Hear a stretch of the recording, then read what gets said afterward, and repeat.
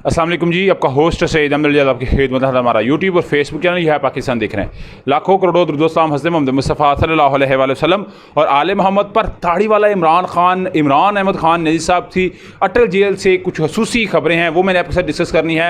उधर election commission ने बाकायदा तौर के ऊपर ये बात कह दिया कि इस साल इलेक्शन कोई नहीं।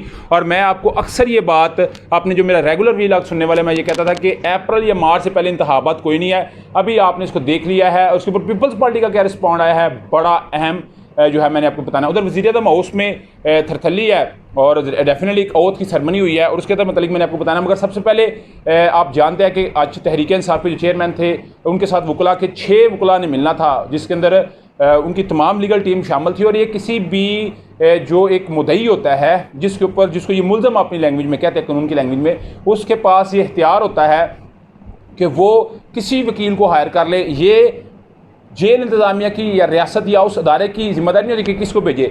जिसके ऊपर मुल्ज़म मुतमिन है वो वकील करवा सकता है, उसकी इस्तिताअत के मुताबिक उसने अपना वकील करवाना है।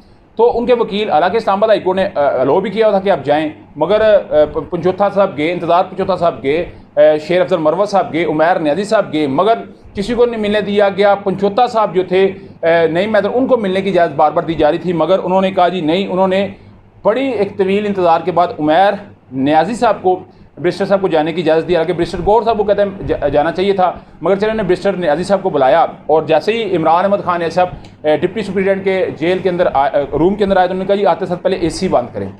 ये हुई ना बात। AC में रहने वाला पिछले 72 सालों से, उसने आते साथ कहा जी पहले AC बंद करें। वकील के मुताबिक उनकी दाढ़ी बढ़ी हुई थी और उन्होंने कहा जी ये मुझे 100 साल तक भी अगर जेल में रखें तो मैं अपनी उस हकीकी आज़ादी की जंग से बाहर नहीं निकलूँगा। मेरा जो मिशन है मैंने उसे पीछे नहीं हटना।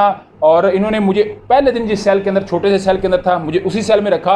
और इवन ये कहा जाता है कि वहाँ पे मसल्ला बिछाना, वहाँ पे बैग रखना भी मुहाल है। उसे डेथ सेल कहते हैं। उस डेथ सेल में जहाँ पे टेररिस्ट को और जहाँ पे आप कह सकते हैं कि 302 के जो होते हैं, यानी कि जिन्होंने मर्डर का केस किया होता है, उनको जो है वो रखा जाता है। उसमें तहरीक इंसाफ के चेयरमैन को रखा गया, मगर उनका हौसला बड़ा हुआ था, वकील साहब कहते हैं। और उन्होंने कहा जी कि मैं बिल्कुल नहीं जकने वाला, ना मैं डरने वाला हूँ। अगर इसे बरक्स पहले देखा जाए तो कोई तकिए के नीचे मोबाइल रख रहा है, कोई कह रहा है जी मुझे AC चाहिए, कोई कह रहा है जी मुझे ऐसी सहूलियत चाहिए कि मैं एक साबका वज़ीर-ए-आज़म हूँ। मगर इमरान अहमद खान ऐसे भी तो साबका वज़ीर-ए-आज़म है ना, उनको ये सहूलियत नहीं दी जा रही। इसका मतलब है हर चीज़ बाइस्ड है और लोग भी बड़े सियाने हैं, वो हर चीज़ को समझते हैं। उधर ही इलेक्शन कमीशन ने बाकायदा तौर पे ये एक उनका आप जानते हैं इजलास जारी था और जिसमें पीपल्स पार्टी ने भी कहा, तहरीक इंसाफ ने कहा, मगर नून लीग इस मामले के ऊपर मसलसल खामोशी इख्तियार किए हुए था। तो जी कल चीफ इलेक्शन कमिश्नर ने बाकायदा तौर पे ये बात कह दी है कि 17 अगस्त से 14 दिसंबर तक सिर्फ होंगी हल्का बंदियाँ।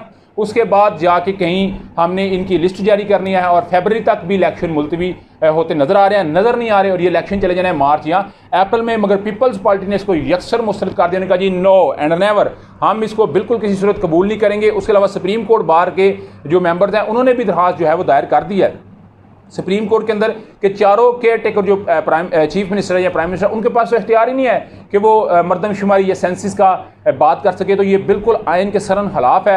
और सुप्रीम कोर्ट का पहले भी फैसला मौजूद है 14 मई का कि 90 दिन के इंतखाबात होने चाहिए। इसके अलावा आइन खामोश है। या तो आइन में अमेंडमेंट करें, आइन में अमेंडमेंट के लिए 2/3 मेजॉरिटी चाहिए, कानून है कोई नहीं। पहले तो ये था ना कि अगर सुप्रीम कोर्ट के ऑनरेबल चीफ जस्टिस को फैसला देते थे तो ये जाके उसको बाईपास कर लेते थे असम्बली के जरिए। तो अभी कैसे बाईपास करेंगे? चीफ जस्टिस साहब के लिए एक मेरा ख्याल है बड़ा अहम जो है मरहला स्टार्ट हो चुका हुआ है। तो डेफिनेटली ये एक बड़ी जो है वो सिचुएशन बनेगी। डेफिनेटली इसके मुतालिक मैंने आपको बताना है। उधर ओथ ले लिया गया जी और सारा कुछ ही अपनी अपनी जगह पे जिसने ओथ लिया, मगर मुर्तज़ा सोलंकी साहब का नाम जो है, कल मैंने भी इसको जो है वो सारा दिन पढ़ता रहा।